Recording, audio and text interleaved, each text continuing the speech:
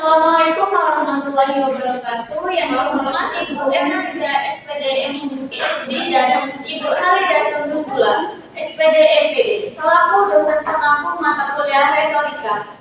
Sebelumnya, perkenalkan nama saya Leonita Indah Safitri dengan NIM 06021282530023. Pada kesempatan kali ini, saya akan menjelaskan materi tentang fenomena FOMO pada remaja.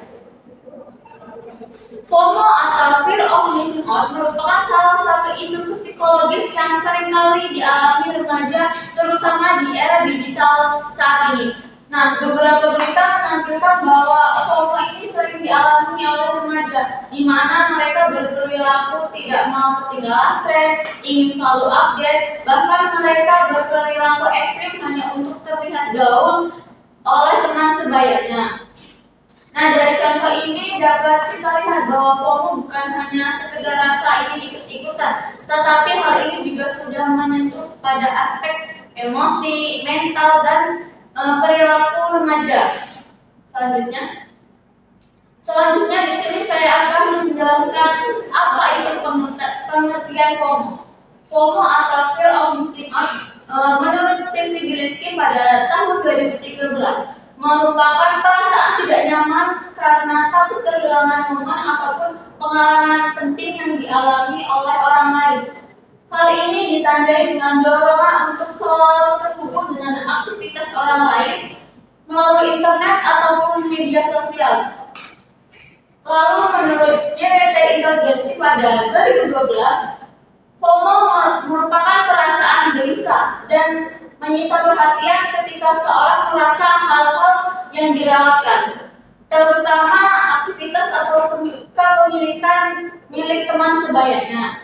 Nah, dari penelitian ini dapat kita lihat bahwa FOMO merupakan dorongan emosi yang membuat remaja itu merasa dirinya harus tahu dan harus ikut apapun yang dilakukan oleh teman sebayanya. Selanjutnya, di sini saya akan menjelaskan faktor penyebab FOMO pada remaja. Yang pertama, tekanan sosial dan perbandingan sosial.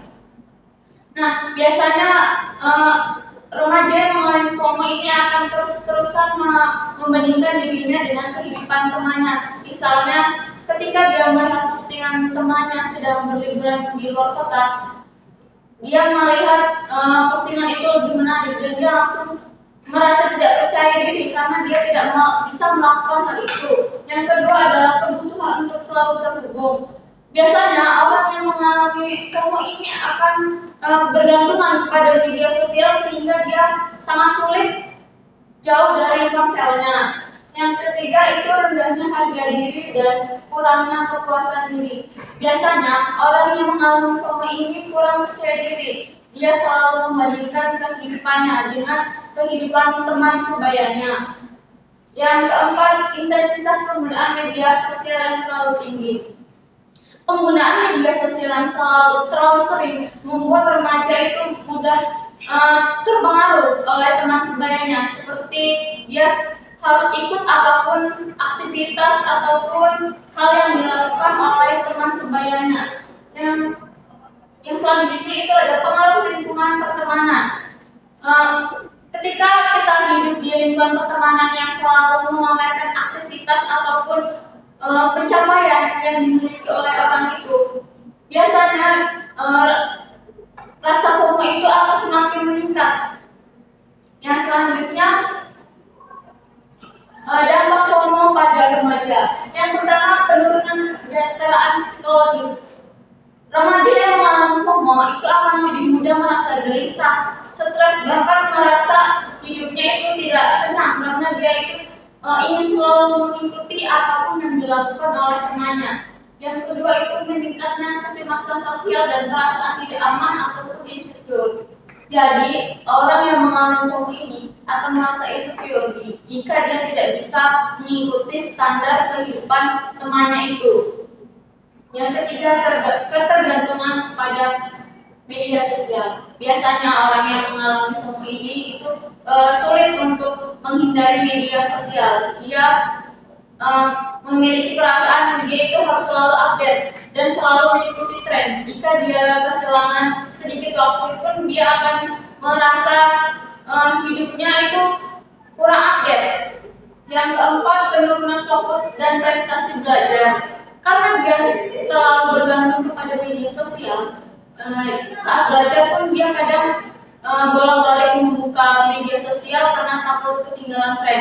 Hal itulah yang membuat proses pembelajaran dia semakin menurun.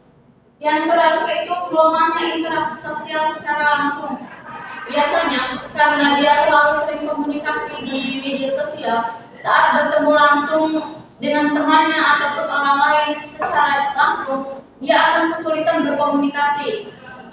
Bahkan ketika bertemu atau sedang bermain dengan temannya, dia akan fokus kepada handphonenya. Yang selanjutnya, strategi komunikasi dan retorika untuk solusi edukasi. Yang pertama adalah literasi digital untuk mengedukasi remaja agar mampu memahami dan memilih informasi. Sebagai remaja yang bijak, kita harus pandai memilih informasi yang kita ambil agar kita tidak mudah ikut-ikutan dan terpengaruh oleh konten-konten yang ada di media sosial. Yang kedua itu regulasi diri dan untuk melatih kontrol dalam penggunaan media sosial. Selain memilih informasi, kita juga harus melatih kontrol dalam penggunaan media sosial. Yang ketiga, restrukturisasi kognitif, yaitu mengubah pola pikir bahwa kita harus selalu update. Kita harus membuang pikiran bahwa kita harus selalu ikut-ikutan, kita harus selalu update agar FOMO itu tidak semakin meningkat. Yang keempat, edukasi dan diskusi interaktif seperti penyuluhan, ceramah, ataupun studi kasus yang membuat remaja itu merasa bahwa rasa ingin ikut-ikutan atau rasa ingin selalu update itu tidak terlalu berguna. Yang kelima adalah mendorong aktivitas offline seperti menyeimbangkan kehidupan nyata dengan media online seperti melakukan kegiatan olahraga, membaca, menulis, sehingga kita itu dapat melupakan kegiatan-kegiatan online.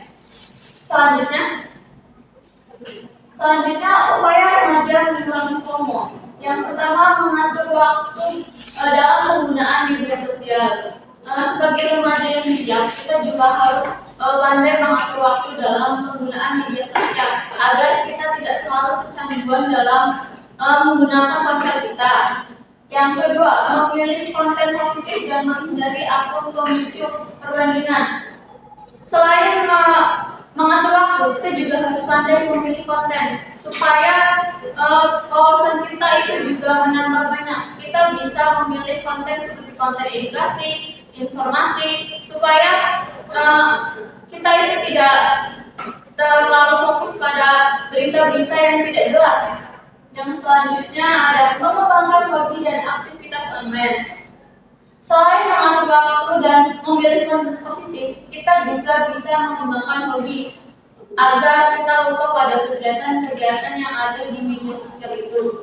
Yang keempat, melatih self control dan tidak impulsif membuka notifikasi.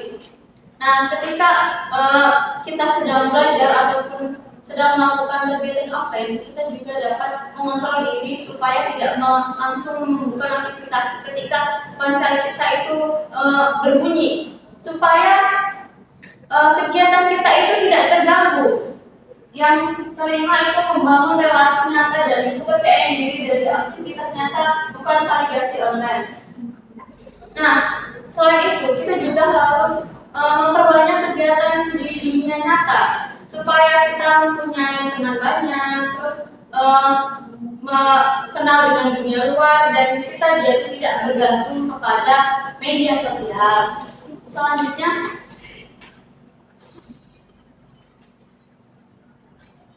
nah, sebagai penutup, di sini dapat saya simpulkan bahwa FOMO merupakan salah satu fenomena yang dekat dengan kehidupan remaja. Fenomena FOMO ini dapat berdampak pada kesehatan mental, perilaku, dan hubungan sosial. Namun FOMO itu dapat kita atasi dengan literasi digital, mengatur waktu, dan menyeimbangkan kehidupan nyata. Nah, oleh karena itu saya mengajak kalian untuk bijak menggunakan media sosial, tidak harus selalu update dan tidak harus merasa selalu mengikuti tren. Oleh karena itu, kita harus meyakinkan diri, menikmati proses dan menyeimbangkan kehidupan online dan kehidupan di dunia nyata. Baiklah, itu saja yang dapat saya sampaikan. Terima kasih. Wassalamualaikum warahmatullahi wabarakatuh.